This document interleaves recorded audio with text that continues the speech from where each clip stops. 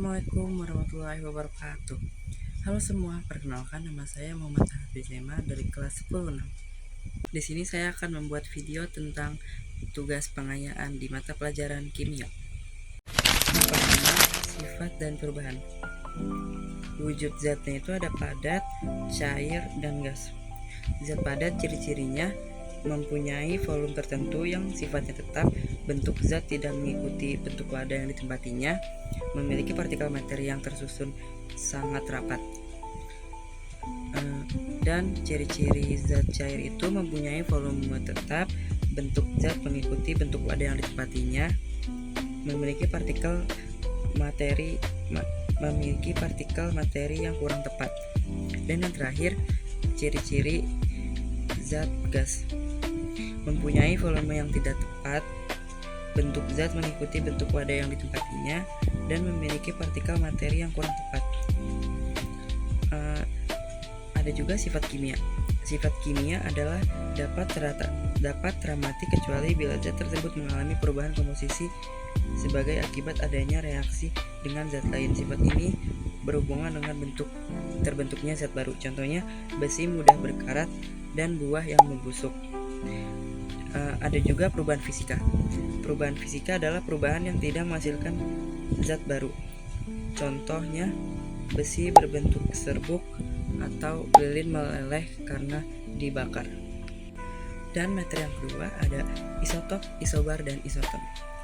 Isotop adalah unsur yang sama, nomor atom yang sama, tetapi nomor massa yang berbeda.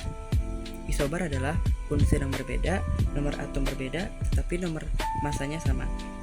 Isoton adalah unsur berbeda, nomor atom berbeda, tapi memiliki jumlah neutron yang sama. Dan materi yang ketiga ada konfigurasi elektron. Apa sih konfigurasi elektron itu? Konfigurasi elektron itu adalah penyebaran elektron ke dalam kulit-kulit atom. Aturan dalam konfigurasi elektron itu ada dua. Yang pertama, penyebaran elektron dimulai dari kulit K. Yang kedua, jumlah elektron maksimum dalam setiap kulit atom dirumuskan dengan 2n pangkat 2. Nah, kulit atom yang pertama itu disebut dengan n sama dengan 1, kulit atom yang kedua n sama dengan 2, kulit atom yang ketiga n sama dengan 3, dan begitu pun seterusnya.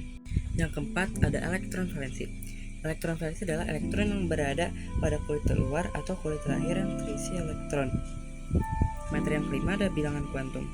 Azimutnya 0, jenis orbitalnya S, maksimal elektronnya 2. Azimutnya 1, jenis orbitalnya P, elektron maksimalnya 6. Azimutnya 2, jenis orbitalnya D, elektron maksimalnya 10. Dan yang terakhir azimutnya 3, jenis orbitalnya F, dan maksimal elektronnya itu ada 14 elektron. Kulit itu bisa disebut dengan N, azimut bisa disebut dengan L, magnetik bisa disebut dengan M, dan spin disebut dengan S. Dan materi yang terakhir itu ada jari-jari atom. Jari-jari atom adalah jarak antara inti atom dengan kulit keluar, dinamakan jari-jari atau bisa disebut dengan R. Semakin banyak kulit, semakin juga jari-jarinya semakin besar. Semakin besar periodenya, kulit juga semakin akan banyak. Melepas itu positif dan menerima itu negatif. Atom-atom yang stabil dalam keadaan duplet itu ada hidrogen, helium, litium, dan berilium. Logam itu melepas elektron, kalau non-logam itu menerima elektron. Soal kedua itu ada carilah dan jelaskan satu contoh masing-masing senyawa, ion, dan kovalen yang ada di kehidupan kamu.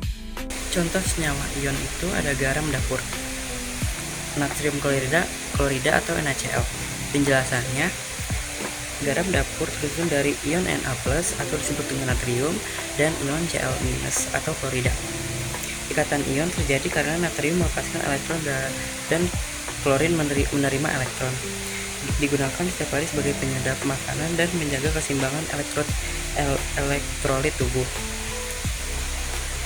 Dan mudah larut dalam air, dapat mengantarkan listrik saat dilarutkan. Dan contoh senyawa kovalennya itu ada air, H2O. Penjelasannya, air tersusun dari atom hidrogen dan oksigen yang saling berbagi elektron.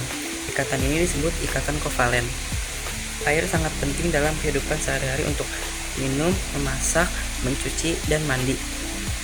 Air tidak mengantarkan listrik dengan baik dalam keadaan murni. Jadi penjelasan singkatnya adalah senyawa ion garam dapur NaCl.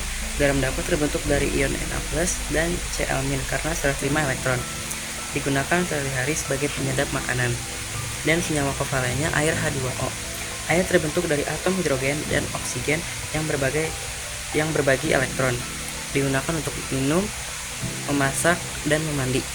Soal yang ketiga itu, tuliskan refleksimu terkait pembelajaran kimia di semester ini. Menurut saya, kimia di semester ini belajar kimia kadang membuat bingung, tapi lama-kelamaan saya juga akan terbiasa juga.